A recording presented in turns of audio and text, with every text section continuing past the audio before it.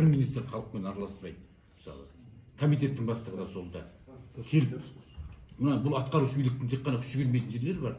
Онда, әкімнің болмаса, әкімнің орынбасарының елдің ішіне келіп жүру керек. Тек министр емес, зам министрлеріңіз келмейді. Осы жағдай мен 7 ай болды бастапқы айтқанда да. Тек бұл тек сіздің барлық министрлік сондай да.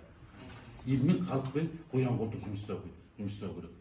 Барыңыз қазір екеуіңіз алып, ана халықтың алдына. Біз бәріміз қалайық осы жерде. Жауап беріңіздер ал барып та. Біз қарап тұрайық. Не айтар екен халық сіздерге? Танымайды сіздерді халықта. Ел білмейді.